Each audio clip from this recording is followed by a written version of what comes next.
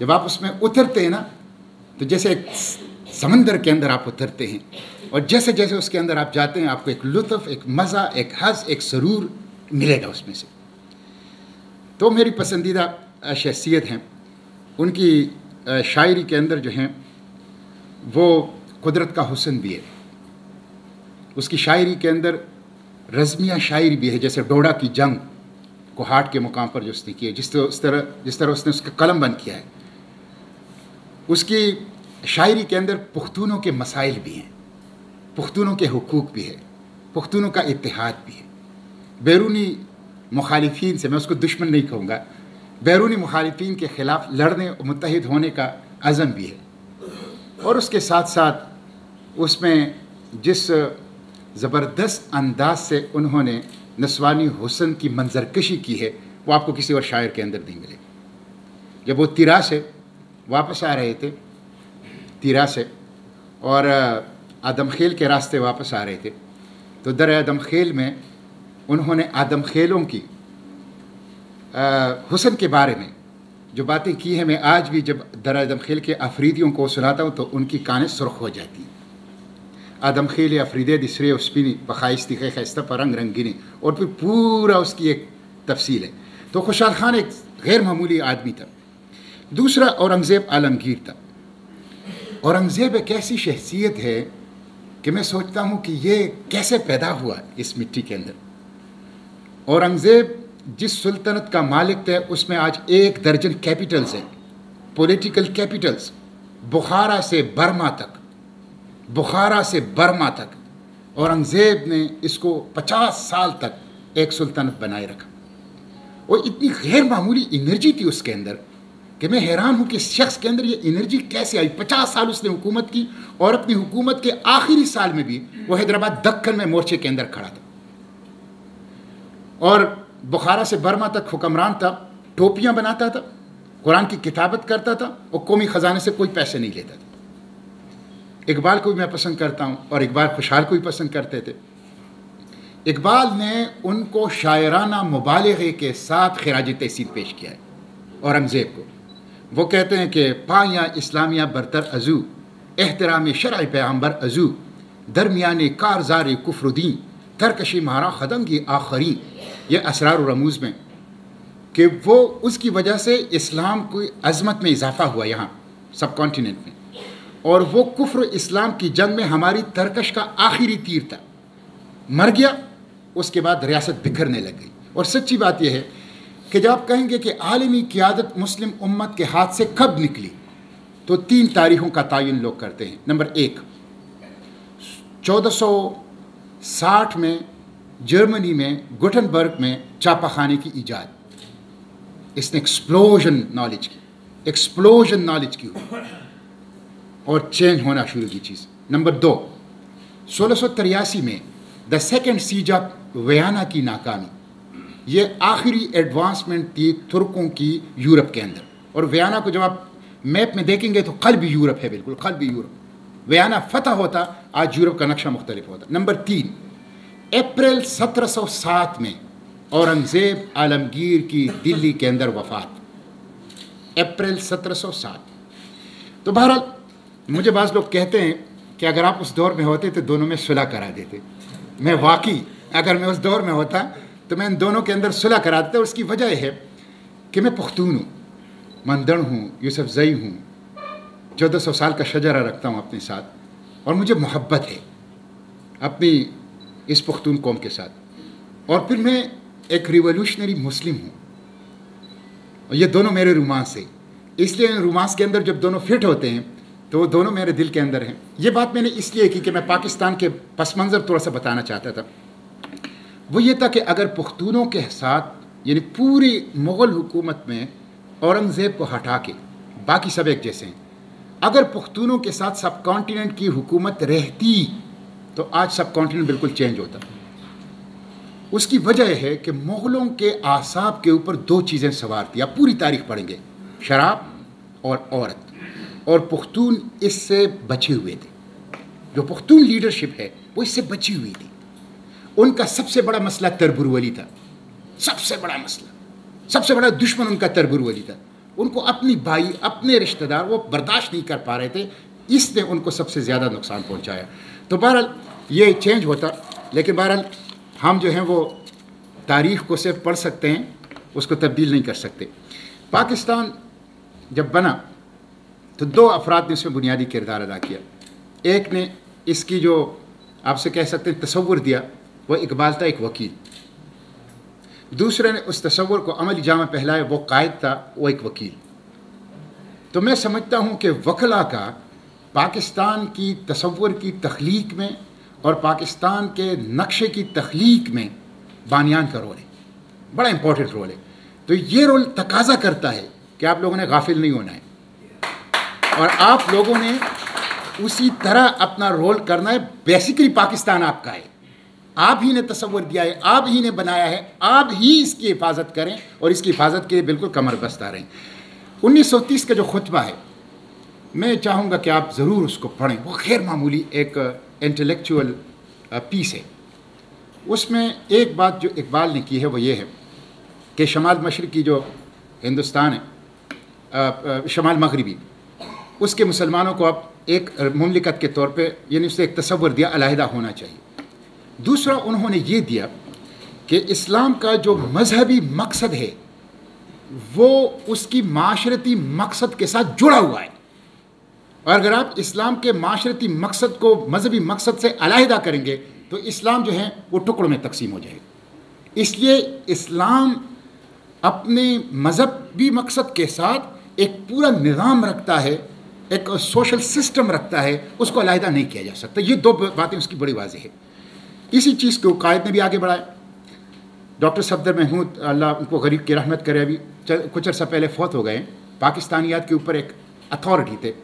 انہوں نے تحقیق کی ہے کہ قائد نے پاکستان بننے سے پہلے 101 مرتبہ اپنی سپیچز میں پاکستان کی غایت اسلام بتائی تھی، اور پاکستان کے بننے کے بعد وہ 13 ماہ زندہ رہے، اور 13 ماہ میں 14 مرتبہ انہوں نے پاکستان کی غایت اور مقصد اسلام بتائی، کل 115 مرتبہ.